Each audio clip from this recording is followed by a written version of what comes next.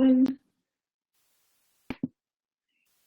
Okay, good afternoon, good morning, everybody. Hopefully everyone can see and hear us. If you're able to see and hear us, can you please just type a little message in the little text box down the bottom? Hold on, I'm not sure what's happening. My ticker's doing something funny here. Let's start again. Okay. Good morning, good afternoon, everybody. Hopefully, yes, okay, excellent. We're having a few little technical issues, but I think we're under control. So thank you everyone for joining us today. My name is Sally Morris, and today we have Dr. Rita George with us. So I'm the National Coordinator for the MindOUT LGBTI Mental Health Suicide Prevention Project. And each month video is lagging. Okay, so I'm just keeping an eye on messages. We're hoping that once I go off air that the video will be okay. So I'm just going to introduce Rita and then I'm going to head off. So before we start, I'd just like to acknowledge the traditional owners on the land in which we're gathered here today. We're from all over Australia, so just acknowledge the traditional owners. And today I'd just like to introduce Dr. Rita George, who's going to be talking to us around sexual orientation, gender identity, with people with autism spectrum disorder, and I'm sure she can do a much better job at describing all this in detail. Just a little bit of housekeeping. Today's webinar will be recorded and will be available via the Alliance website afterwards. And also today, if you would like to ask Rita any questions, please just type a little question. There's a little text box on the lower left-hand side of your screen. So please type your question there and Rita will see that, though it's likely that she will mostly answer questions at the end of today's webinar rather than throughout. So we'll have time at the end for questions there. So I'm going to hand over to Rita and I'm going to turn off my cam and mic, and fingers crossed the technology will work really well. So Rita, over to you. Thank you. Thanks very much, Sally. Thanks for organizing this, and it's a pleasure to be here with all of you. So hi to Anthony, Ashley, Charlie, Margaret, and Vicky. I'm very short-sighted, so if you see me leaning really close into the computer, it's because I'm trying to read what's going on there. It's coming up in a very tiny font here. And if you see me turning this side, it's because I have a bigger computer where things are a little more clearer for me. So pardon the movement, and I know, as one of you said, there is a bit of a lag between the video and the audio, so it can be a bit, at least for me, it gets a bit uncomfortable, so we'll try and work through it. Okay, fantastic. Good news there, Anthony. All right, so let me just introduce myself quickly and we'll get into it. So my name is Rita George, as Sally introduced me earlier, and thank you for that, Sally. I am a PhD researcher with Deakin University in Melbourne. I actually just completed my PhD and submitted it, and so it's been I think altogether an 8-year journey leading up to this point, and it's a big achievement. I'm quite pleased with myself. I'm happy to have some time on my hands, but I must tell you, it was quite the ride. And now when everything's done with, I thought I would be on top of the moon, but I'm actually feeling quite deflated. They say it's called post-submission blues, very similar to postnatal depression type thing, where you just feel a bit, empty all of a sudden. But it's a great feeling nonetheless to have some space to breathe and not have to, always work towards a deadline. Thanks, Ashley, for the congrats. So prior to doing psychology, I was a dental surgeon, a pediatric dental surgeon, actually.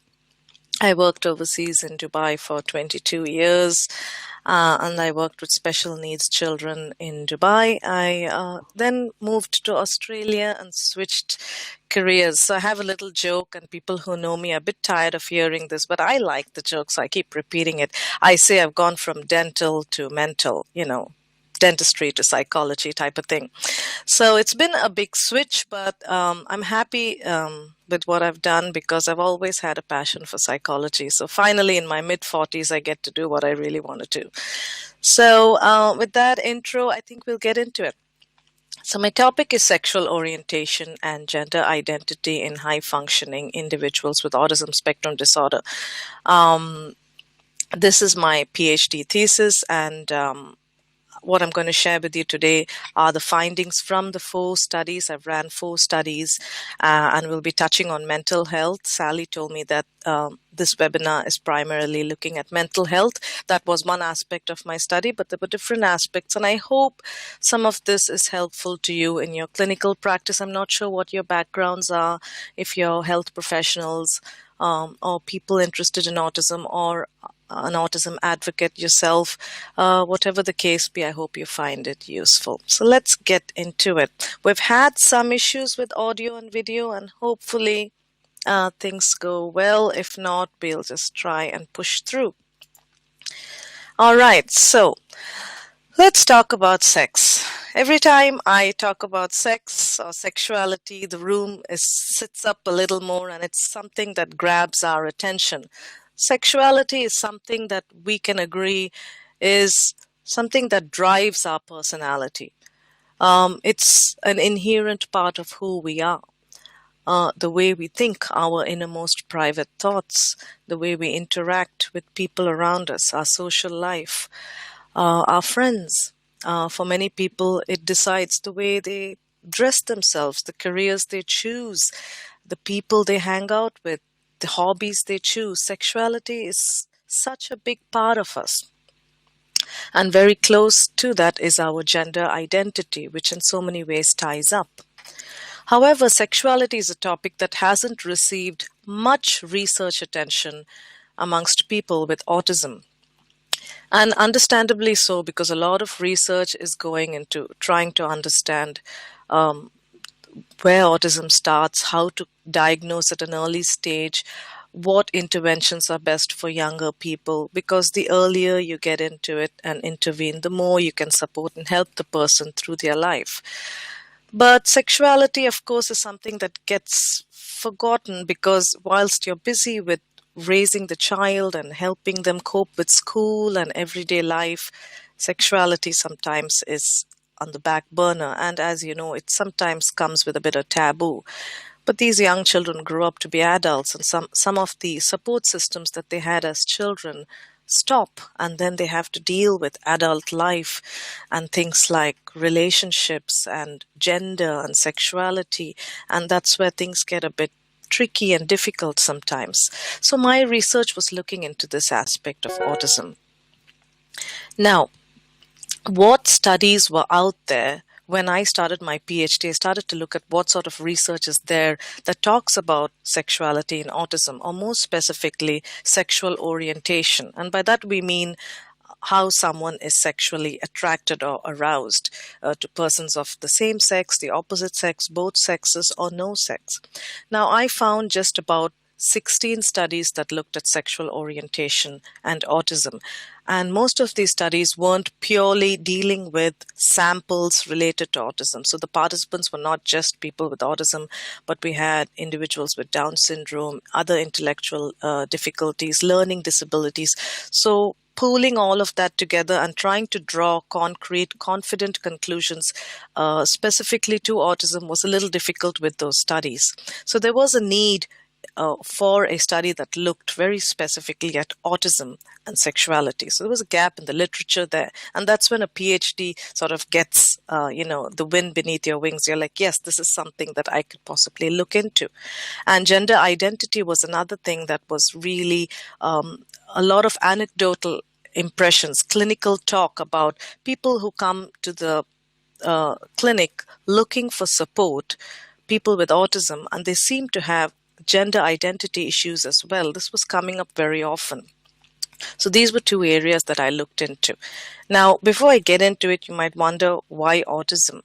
Just on a personal note, my brother is on the spectrum. So a lot of what I studied and learned through my PhD in so many ways was a personal journey, because I understood things that happened to my brother. He's at the moment 47 years, and he's been diagnosed with autism only recently. Back then in 1979, when he went in to the psychiatric facility, he was misdiagnosed because autism was just coming up at that stage and there wasn't much out there, and it was a difficult sort of condition to understand. And we grew up in the Middle East, and there were certain cultural issues there as well. And now recently we came to know this is autism, and all the pieces started to come together. So it brought a sense of relief as well, trying to finally make sense of what was going on these last 25 or so years. So let's move into what my study was all about and what did I find. Now, to find out more about sexual orientation and gender identity in autism, I recruited 571 participants through an online survey. 261 of those were without autism. When you see the abbreviation TD, that refers to typically developing individuals or neurotypical individuals, that's another way we put it. People without autism, basically, just the wider population. And 310 individuals had autism, one of whom was intersex. 90 were males, 219 were females. So we had a nice spread. If you see that little pie chart down there, you'll see different countries. People came from different countries and participated, which is good because we get more confidence when we have people from different places taking part to generalize and apply those findings to different people groups. All right. So the survey, the good thing about this study is that we had a large sample size. Sometimes trying to draw conclusions from a smaller sample can be a little restricting and biased. And because of the size of the sample, again, that gives us a little more confidence in our findings. Now, like I said at the start, the PhD was divided into 4 different studies. I'll touch briefly on each study, and I hope different studies speak to different people in different ways and you take something home with you. But at the end, I'll try and bring it all together and we'll see how this entire 4 studies tie together to bring about some sort of clinical applications and practical implications to people with autism. So study 1 was called Sexual Orientation. I'm writing a paper on it at the moment. It's called I Like Sex and I'm Not Choosy. As we go through the slides, you'll understand why exactly I chose a title like that. But study 1 purely looked at sexual orientation. We put gender identity to one side and focused on this in this study. Hi, Barbara. Thanks for joining from Darwin. Great. We're having people from all over, which is good. All right. What did we find? Well, firstly, how did we go about looking at sexual orientation? We used a certain questionnaire called the SELL scale, S-E-L-L, SELL scale. It's a sexual orientation scale. It's very thorough. It looks at your sexual attractions, so your thought processes, not necessarily your actions, your fantasies, your dreams, your innermost wishes, if you will. And then it looks at sexual contacts, which is your more overt, open behaviors. And then it looks at sexual identity. So the label you choose to identify with. So 3 different aspects put together, give you the construct called sexual orientation. And it was quite a thorough questionnaire. It asks you number of attractions, frequency of attractions, intensity of attractions, how strongly do you identify with a certain identity. And it did not there are some questionnaires that think if you're not heterosexual, you're automatically homosexual. If you're not homosexual, you're automatically asexual. This questionnaire looks at each aspect separately. It's a psychometric validated measure, which means it's been tested and tried through different scientific research processes, and it's held up to its to all those rigorous tests. So we can be a little confident in the conclusions we draw from that measure. So what we found is increased non-heterosexuality in autism. So more non-heterosexual individuals in the group with autism than in the neurotypical group. In fact, 70% of our sample was non-heterosexual, which is quite large. If you think about existing rates in the wider population, it can be anywhere from 2 to 5% non-heterosexuality, but these rates were pretty high. So 70% identified as non-heterosexual. What you see on that bar graph there are different colored regions representing different sexual identities. I might draw your attention as a point of reference to the dark blue parts of the graph. That's representing heterosexuality. And if you can see, just eyeballing that graph, the top two rows are looking at male and female autistic individuals, and the bottom two are male and female neurotypical or typically developing individuals without autism. You can see that heterosexuality is less represented in the top two bars than it is at the bottom two bars. Now, we actually tested males and females separately, and the reason for doing that is males and females have different sexual behaviors, and to actually pool the two together into one sample would actually mask certain effects. And the best way to do it is compare male to male, female to female, and you're not going apples to oranges, but apples to apples type of thing. So again, eyeballing that graph, you will see females with autism were the least likely to be heterosexual than the other groups in our participant sample. And we had people who were homosexual, bisexual, pansexual, asexual, and other sexualities as well.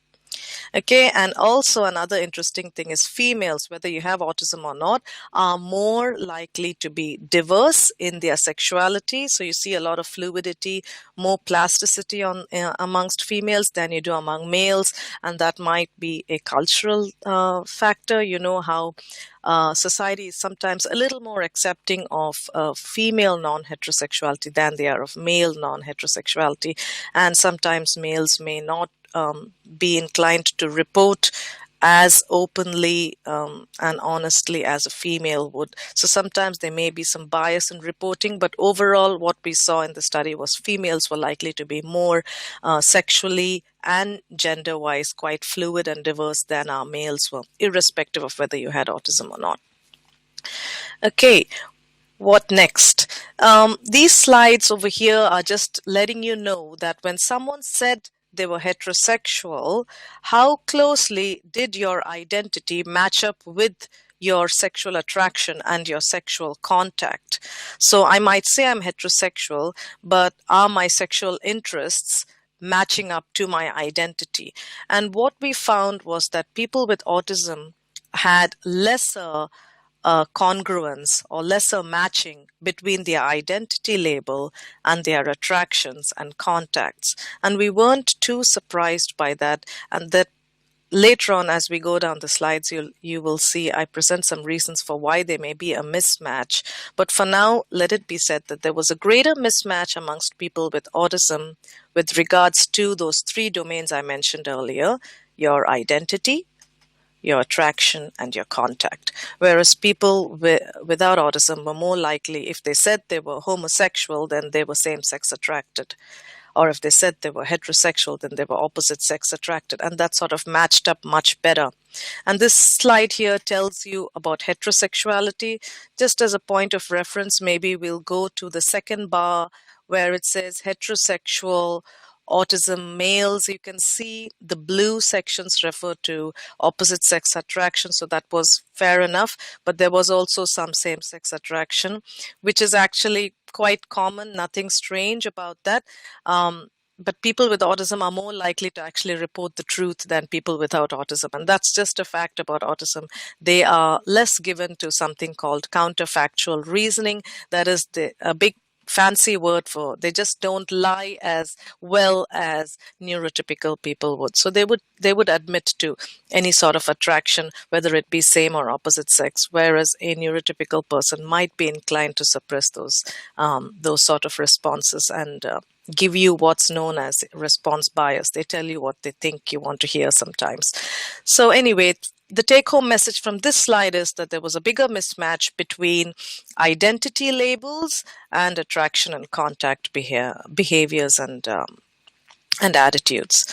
Again, the next slide was on homosexual identity versus attraction and contact. And again, if I can just take your attention to the second bar, where males who said they were homosexual in the autism group had both the red and blue regions in that bar. You can see that is, although they said they were homosexuals, they were still attracted to both sexes. Whereas neurotypical people or people without autism were a little more likely to stick to their label. So if they said they were homosexual, then they were same-sex attracted, and they made contact with the same sex more regularly than they did with the opposite sex. But with people with autism, that was a little more less matched, for lack of a better word, incongruent. Okay. Asexuality, same thing happened. If you can see, there are two empty spaces on the graph there, where males with who said they were asexual, neurotypical males and neurotypical females, you can see there wasn't any attraction and there wasn't any contact with anybody. So asexual meaning they weren't experiencing sexual arousal, sexual attraction, or having sexual contact. So neurotypical people tended to stick to their labels. If they said they were asexual, then they were asexual in attraction and contact as well. Now, Anthony has a question from Brisbane. What was the age range? I dealt with adults, Anthony, so I dealt with a range from 18 to I think my oldest participant was actually 77, but the mean age was 36.5. So put it in mid-30s. So I was very much dealing with an adult group. We did not look at adolescents, firstly because of ethical constraints. The university was a little hesitant to let us go in and have such. These questions were quite confronting on some levels. And secondly, I think we'll all appreciate that adolescence is a period where people are exploring sexuality and still coming to an understanding. And given that people with autism have sometimes a developmental lag, they come to an understanding of their sexuality at a later age even compared to a neurotypical person. So it was very much an adult study from 18 years above. Okay. So that brought an end to study 1. It told us we have more non-heterosexuality in autism. Females were more non-heterosexual than males, and people with autism tended to tell you they were either asexual or heterosexual or homosexual, but when you looked at their sexual attractions and their sexual contacts, there appeared to be a bit of a disconnect. All right, so that was interesting. And taking that information, we moved on into study 2, where we looked specifically at gender identity. So we put sexual orientation to the side. We found out what we needed to find out. All that talk from clinics about, are people with autism more likely to be gay? Well, yes, we did find out that it is the truth. 70% of our sample happened to be non-heterosexual. Now, gender identity, the chapter I wrote on that is called Gender is Not on My Agenda. I thought that was a rather clever title. I was happy with it. I got that title one day while I was walking out with my dog. My dog is my inspiration. Anyway, this chapter is out, actually published. I have a book on that. It seems to be a very popular topic in Europe, so that book is in high circulation there, but we've got some copies in Melbourne in Australia as well. So what did we do with gender identity? Well, before I get into that bar graph, we used, for those of you who are interested and you want to know how did we sample gender identity, we used a questionnaire called the Gender Identity Gender Dysphoria Questionnaire for Adolescents and Adults. It's again a validated psychometric measure, and by that I mean it's been tested and tried. We look at certain aspects of it with different populations. Are we always be able to capture these constructs with some level of reliability? And we were. So we could be confident that we're using a validated measure. What did we find in our sample? We found that people with autism are more likely to be gender non-conforming than your neurotypical lot, than the typically developing sample. Okay, again, very similar setup to your sexual orientation graphs. You can see how there are different regions along the bars representing different gender identities. I've used stereotypical colors to make it a little easy on the eye. So pink regions represent people who identified as a woman, and blue people who identified as a man. You can see again the top two bars are for females, and female autistic people were less likely to identify as a woman and more likely to identify with different identities compared to the other three groups. Now, I'm using, sometimes I say people with autism, sometimes I say autistic people, and that's first person, third person talk. I recently attended a conference in Melbourne where people, in my medical training, we were asked to say people with a condition because we did not believe the condition defined the person. But now, as the neurodiversity, sexual diversity movement is gaining momentum, people are saying they are proud to be autistic. So rather than call me a person with autism, call me autistic. So just to put it out there, if I use the term autistic people, I do so with my newer training and with respect to the wishes of people with autism. Okay, so autistic females were less likely to identify as women compared to the other three groups, and autistic males similarly were less likely to identify as man. We had other gender identities such as transgender, bigendered, cross-dresser. The reason we put cross-dresser in is the survey that that was out on the internet for my PhD was an interactive survey. So I would take feedback from participants. They would sometimes say, how come you don't have a box that says cross-dresser? How come you don't have a box that says different gender identities, bi-spirited, two-spirited? So I had to sometimes move and evolve my survey to respect the wishes of different people. So there are different identities out there. Some just a binary system, man and woman, but it isn't that at all. It is a spectrum, just like autism is a spectrum, just like sexual orientation is a spectrum. There are different identities. But take-home message from that slide is people with autism were more likely to be gender non-conforming, which means you're born a male, but you don't necessarily identify as a man, or you're born female, but you don't identify as a woman. Okay, the next slide. People with autism reported more GDT, which is gender dysphoric traits. Now I'll stop there and I'll talk a little about gender dysphoria. My screen is flashing. I don't know if it's happening to you. If it's not, great. If it is, apologies, because right now it's doing a little something to me. But anyway, I'm not sure what's happening on your end. Okay, at your end. Great. Okay, then it's just me. Screen is fine. Audio is a bit jumpy. Okay.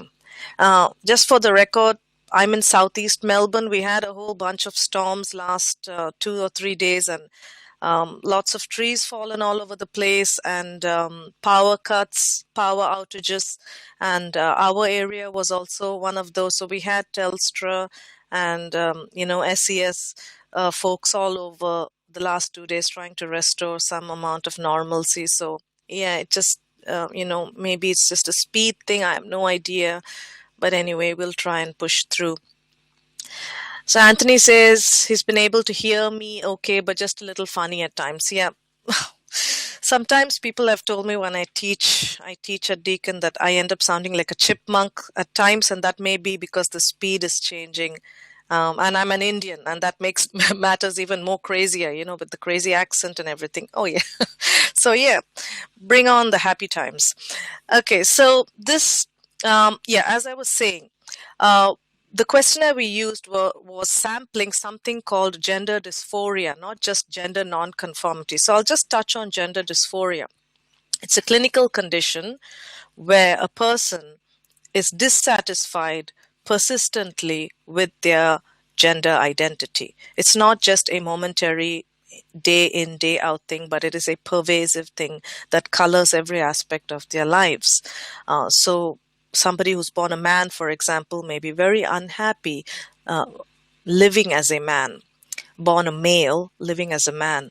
And this sort of dissatisfaction is quite deep, that it can interfere with physical health, mental health, social health, occupational functioning. So much so it is a clinical condition, a medical condition that is actually managed at certain gender identity clinics. And the DSM, which is the Bible for in psychology, it's our diagnostic statistic manual, recognizes it as a clinical condition. So in the questionnaire that was sent out in my survey, we actually measured this gender dysphoria, and we found that people with ASD actually had a lot of these gender dysphoric traits. They were ticking yes to a lot of our questions, and the rates of gender dysphoria in the sample was 135 times more than what you see in the wider population, which is a huge, huge amount. And the rates of transgenderism amongst people with autism was 20 to 40 times higher. So that was quite startling that people with autism were actually having these high rates of gender dysphoria, knowing that it is can be such a heavy condition to live with. This was quite an eye-opener. And the graph there is a very simplistic one. It just tells you that people with autism, you can see the taller bar, had more gender dysphoric traits. Now, that brings us to the third question. If people with autism, autistic people, are more non-heterosexual, people with autism have more gender dysphoria, can we actually tie these variables up together and come up with some kind of comprehensive story? What is the connection between them? You know, as statisticians, because I use a lot of stats in my study, we were trying to mathematically see if we can come up with some kind of parsimonious model where we can bring the three together. I have a question from Gianna. In your study, how is transgenderism different to GD?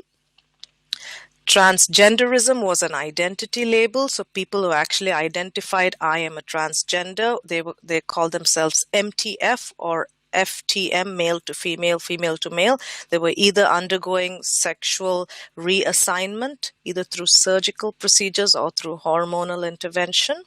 So that's transgenderism. Gender dysphoria is the clinical condition I spoke of, where you may have these gender discontent traits or feelings within you, but you're not necessarily acting on them or doing anything to reassign. I'm born female, and I might not like being a female, but I might quietly go through that journey and not really identify in any way. And that's what we found with autism, actually, is that they weren't necessarily acting on these feelings, but it was bringing a lot of distress to them. Okay, so transgenderism is more of a label, and someone who's actually openly identifying as a gender dysphoric individual. They may, with their clothing, their mannerisms, and they're actually taking steps, physical, mental, and legal steps to change their sex. Okay, so I hope that straightens that out. If you have questions, any of you all, just feel free to shoot across, because sometimes the terminology can get a little technical. I'm not sure if I'm going too fast or going too deep or not deep enough. So just let me know and we'll stop and we'll touch base on that. So coming back to this slide, can we marry the three variables in some sort of coherent manner that makes sense? We know that the pink and the green circles have a connection. Study 1 told us that people with autism are more non-heterosexual. We know that the blue and the pink circles have a connection. People with autism are more gender dysphoric. How about the green and the blue circles? Do they have a connection? What we know from longitudinal studies, that's studies that look at you either from this point in life backwards, that would make it retrospective, or from this point in life forwards, that would make it prospective. So these sort of longitudinal studies tend to indicate and suggest that someone who's non-heterosexual was most likely gender non-conforming in their childhood. Someone who's non-heterosexual in their adulthood, I should say, was non-conforming in their childhood. And these are through findings from large samples done in the US and Europe, where people recollect that, yeah, I never really fit into my peer group. I never felt like I was one of the girls. I never felt like I was one of the boys. I always had different interests. And so these connections where sexual orientation and gender dysphoria may be driving the way somebody orients in the future, we tested that as well in our study inside an autism context. And what did we find? We found, I'll take your eyes to the bar graph first before we go to the scatter plot, that indeed people who were gender non-conforming, that is, they had a birth sex that was different to their gender identity, that these people were most likely also non-heterosexual. So we tied that up in our study as well. It held true in our study as well. We also had a questionnaire called the AQ. That's what that initial up there on the slide points to. AQ is the Autism Quotient Spectrum. It measures how much of an autistic traits loading you have. It's a 50 questionnaire thing, instrument, and it asks you how likely are you to do this, how likely are you to do that, and you answer on that, and then we add up your scores in the end. And if you score pretty high over a certain cutoff, then you most likely may be having a diagnosis of autism, but you need to go through more testing before we can come to some sort of conclusion.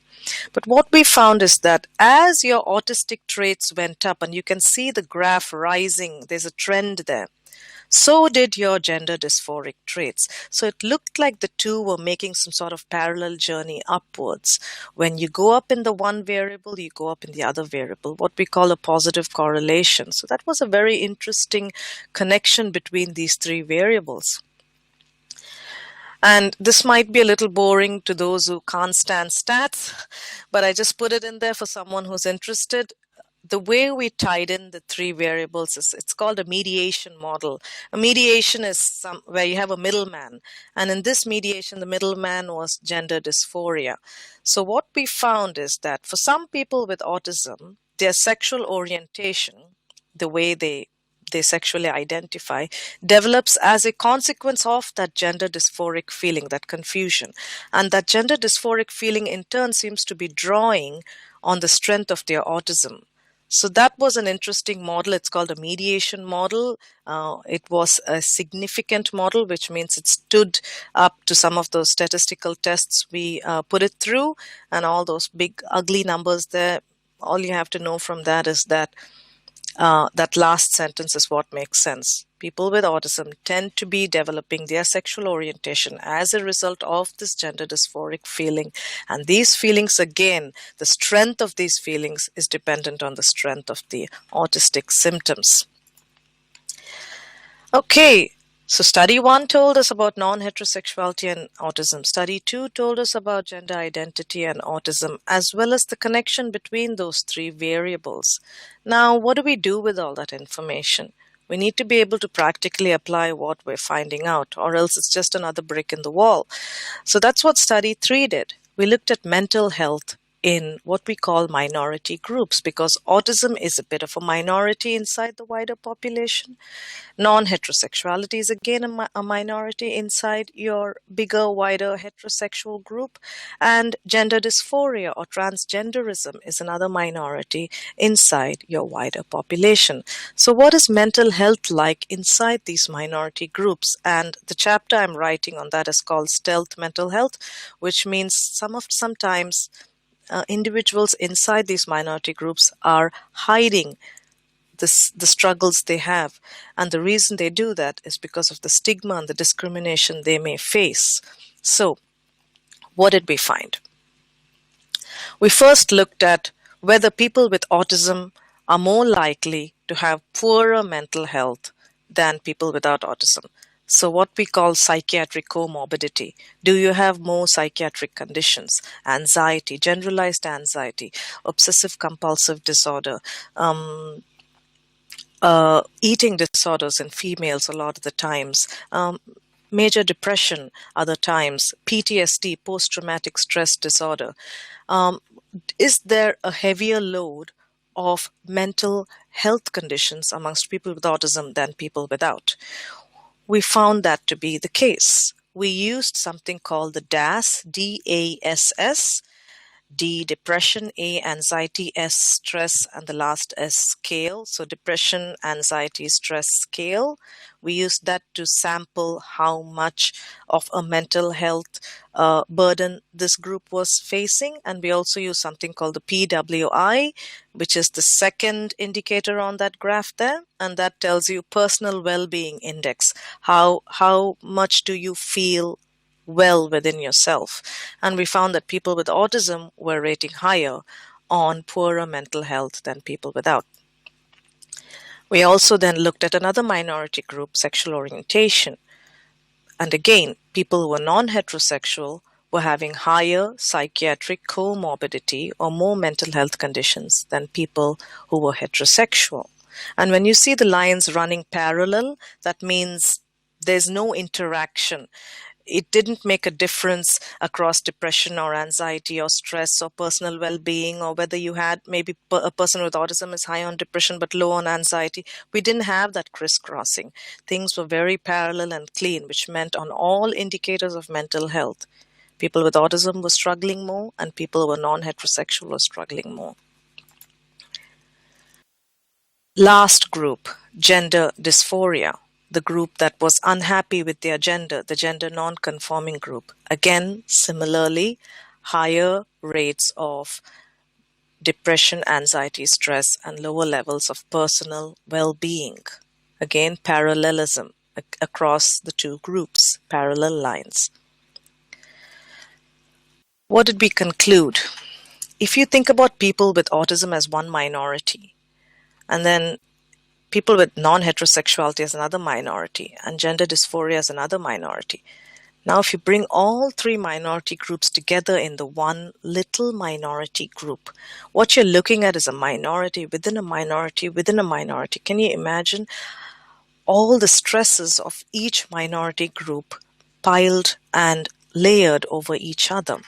And that's what we found through further statistical analysis, is that I think the next picture, that's more clear, is that there's an increasing mental health problem situation as your minority membership increases. So belonging to a non-heterosexual orientation and a gender non-conforming identity only increases your mental health stresses, your distress. So the top of the pyramid, those were the people that were struggling the most with their mental health, their physical health, their occupational health, and their social well-being.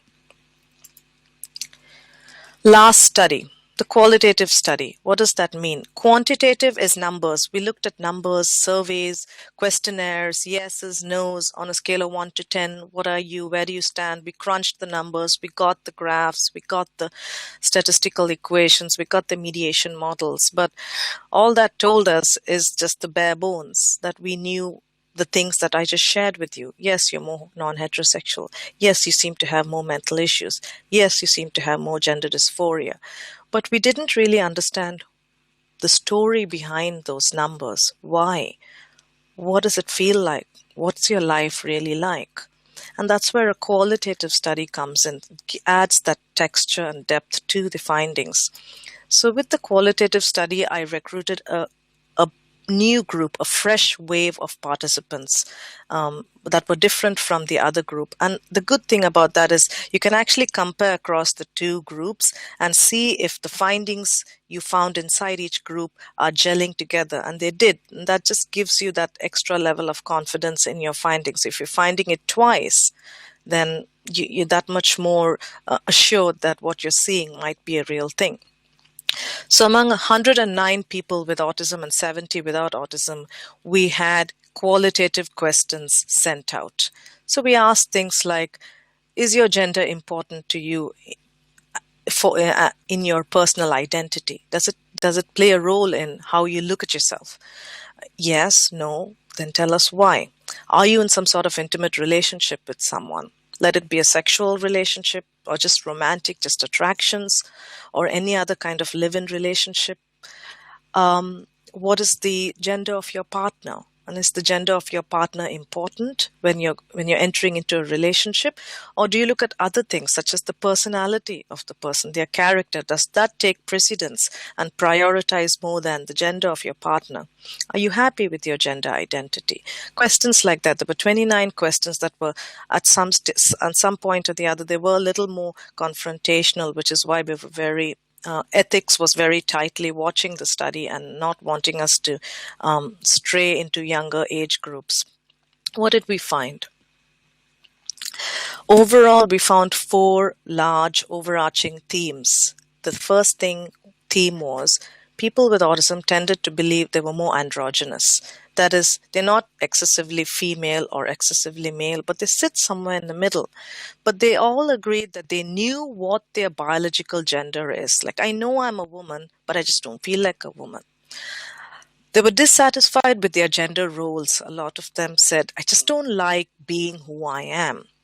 They were quite open about the sex of their romantic partner. Some of them were not really very fussed about, am I with a man or a woman? That wasn't important. Rather, the question was, is this person an understanding person? Do they get me and do I get them? And do we respect each other? A lot of the people with autism tended to forge or create new sexual identity and gender identity labels that made more sense to them than the binary system that they considered quite rigid and restricting. So those were the 4 massive themes we found, the overarching themes. Questions, when asked, what does gender mean to you?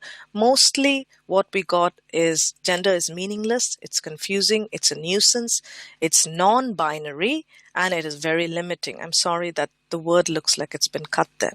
Men, our male sample in the blue bubble, they said, we don't feel like a macho male, we don't share the interests of other men, we don't like the loud pubs and the sporting events, the big stadiums and the galas.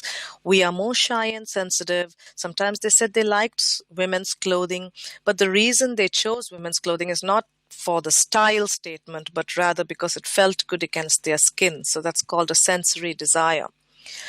On the other hand, females similarly said, we don't feel too girly, we don't like makeup, we think makeup is itchy and women's clothes can be restricting and tight. We don't like the gossip and the sex talk that happens at the water coolers, don't like all the mind games women play or the emotional drama, the outbursts. They felt like they were not overly nurturing.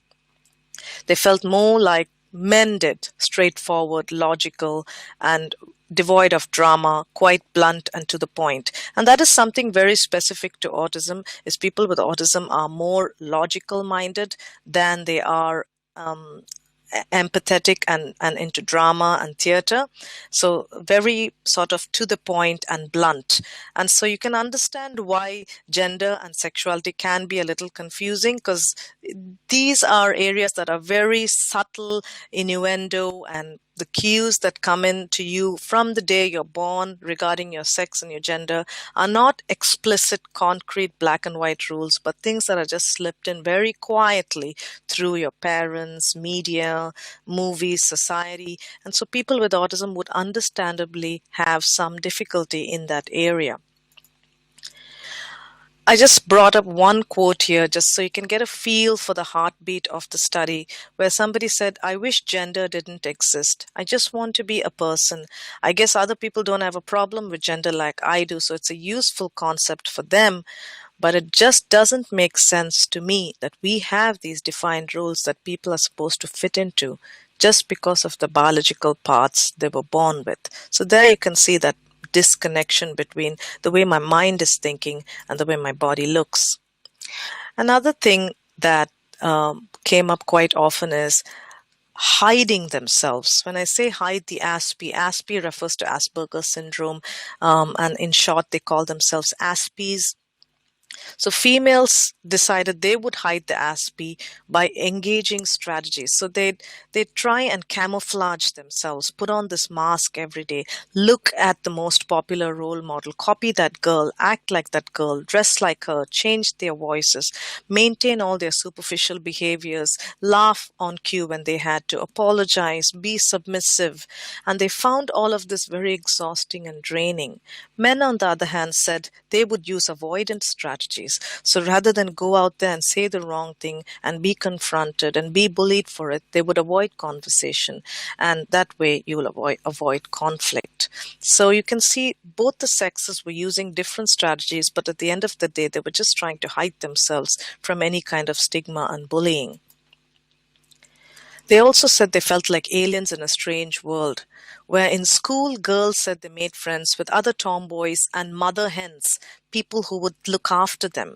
And boys chose to be either by themselves or they would be friends with what they called geeks and freaks. So because people with autism are very logical minded, sometimes they're very scientific, they enjoy chess, they enjoy mathematics. So they spend a lot of the time in the library or in the chess club and places where interaction is structured rather than loose and easygoing, because the loose and easygoing bits can be a little overwhelming for someone with autism. Stress was most highest during adolescent periods, and we all can empathize with that. Adolescence is a hard time in your life. This is when you're learning to find out, coming out of your shell, making friends, learning who you are. And you can imagine how that would feel for someone with autism who's already struggling with certain social capacities, with interactions, with empathy. And adolescence can be a time where people can be quite rude sometimes, moody, and all this is inflated for someone with autism. Okay, and what they said eventually, the punchline was, gender is between my ears and not between my legs. So it's not my body that tells me how to feel and think. It's what's in here, my mind, that tells me who I am. So the question is, I think we're running out of time. I'm going to be very brief with this. Why do we see the trends we see? Why do we have more non-heterosexuality, more gender non-conformity? Certain scientists want to look at biology when they try to explain it. They say could be testosterone. High levels of testosterone has been associated with autism. So much so, there's a very popular theory called the extreme male brain theory, where the suggestion is that people with autism have very, very masculinized brains. So then, if a female with autism who supposedly has this masculinized brain, it would be a little more, my screen's flashing, I'm just going to keep going, easier to understand why a masculine brain might allow for a female with autism to feel attracted to another woman.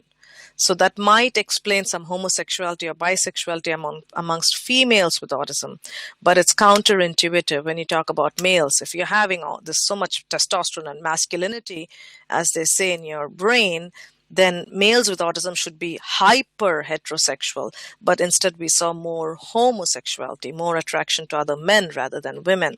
So biological studies were not really answering our question. There was a conflict between what we are seeing in the real world and what is happening on our scientific studies. So then look at social causes. We've been talking a little about what people with autism are like. They are less bothered by social norms.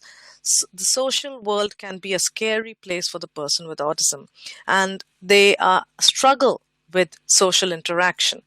People with autism are less likely to suppress same-sex attraction. So if they feel it, they'll act on it. And possibly neurotypical people are feeling same-sex attraction more often than they want to admit, but they might suppress those feelings. Character and compatibility was more important to the person with autism when it came to a relationship than the gender of their partner. There are other things about autism, such as having a weaker theory of mind. That means the difficulty to empathize and understand what the other person is thinking. Because gender and sexuality is such a social domain, it can be an area of difficulty for people with autism. Weak central coherence is another thing where, rather than looking at the big picture, sometimes people with autism will focus on little details. So they might say, I hate makeup, I hate itchy tight clothes, I hate talking to people too much about sex, and therefore I'm not a full woman. I'm part woman and part something else. So that cognitive inflexibility, that's a psychological term. So quite a stiff, rigid way of thinking can also promote and provoke some sort of gender confusion. People with autism are more likely to look at gender as existing on a linear plane. Masculinity on the one end, femininity on the other, and they do not identify as sitting completely on either end, but rather leaning towards the middle, and that's why they say I'm androgynous, because I have a little of this and a little of that. But in reality, gender does not exist on a linear plane. It exists on a biaxial plane. You have higher and lower masculinity and higher and lower femininity. And we can sit anywhere along that spectrum and still be man or woman. You can be a man who loves theater and music and soft clothing and even makeup and sewing and arts and crafts, and that doesn't make you lesser of a man. Or you can be a woman who takes on things that the world considers stereotypically male but still be a woman. But because of the cognitive inflexibility, the sort of rigid thinking styles, sometimes people with autism may not completely negotiate sexuality and gender with that level of clarity. So what did we learn? We know that there's increased sexual and gender diversity in autism. We know there's increased mental health concerns in this population who are gender non-conforming and non-heterosexual. We have to recognize that some of the gender confusion they have can very closely look like a clinical gender dysphoria.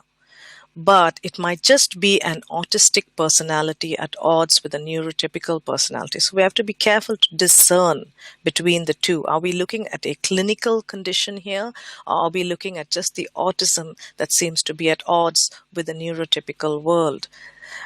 But it's also equally possible, and that's very important, not to do away or dismiss your client and say, listen, it's your autism, it's not gender dysphoria. We have to pay close attention, because a lot of the times, and this has happened in my sample and across other studies as well, people with autism will develop a clinical gender dysphoria. So that's where some discernment is required on the part of the mental health professional. Recommendations: increase awareness among people. Let this message go out that people with autism are likely to be more fluid in these areas of sexuality and gender. Include gender variance in etiology. What that means is if someone comes to your clinic and they've got eating disorders, be prepared to talk about how they feel about their gender. Maybe they're not able to recognize where all this is coming from, what's upsetting you. Something happened at school, something happened at work. Try and tease apart, is your gender having something to do with it? Is your sexuality having something to do with it? Sometimes we're little tippy-toeing around these topics, and we need to be a little more bold and talk about them more openly and remove the taboo. Have developmentally tailored sex education programs. So talk to people at each age according to the level of development they're at. Increase awareness, support, and respect. The final point is we want clarity and confidence. We don't want confusion. Friendship and acceptance is important to everyone, including people with autism. So I want to say thanks to my supervisor, Professor Mark Stokes. He's at Deakin University, and thanks to Deakin Uni for the opportunity to do this study. So thanks, guys, for listening, and that's all from me. Thanks, Anthony. Thank you, Margaret. Thank you, everyone. Thanks for joining us today. Thank you so much, Thanks, Rita. Ashley. I know we're running out of time a little bit, but if anyone has any questions for Rita, I'm sure she wouldn't mind being contacted by email, or you can shoot some questions through, or yeah. So thank you, everyone, for joining us today. Thank you. So the webinar will be recorded. I will be placing it up on the Alliance's website, on the Knowledge Hub, probably later this week. So just visit www.lgbtihealth.org.au, and up on the top there's a tab called the Knowledge Hub, and it will be there. I would say by Friday we'll have it up there. And I also can put copies of the slides up there as well. So please feel free to share the webinar around your networks with your colleagues. I think a really fascinating conversation for our community. Were there any other questions for Rita before we head off?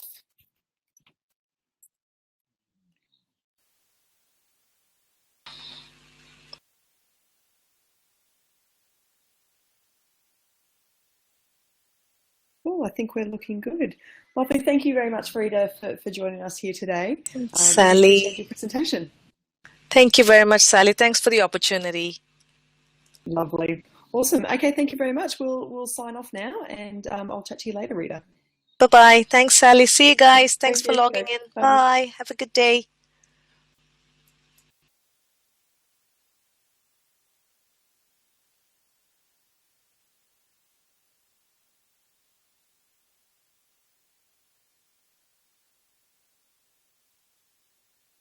Sally, do I just close my window?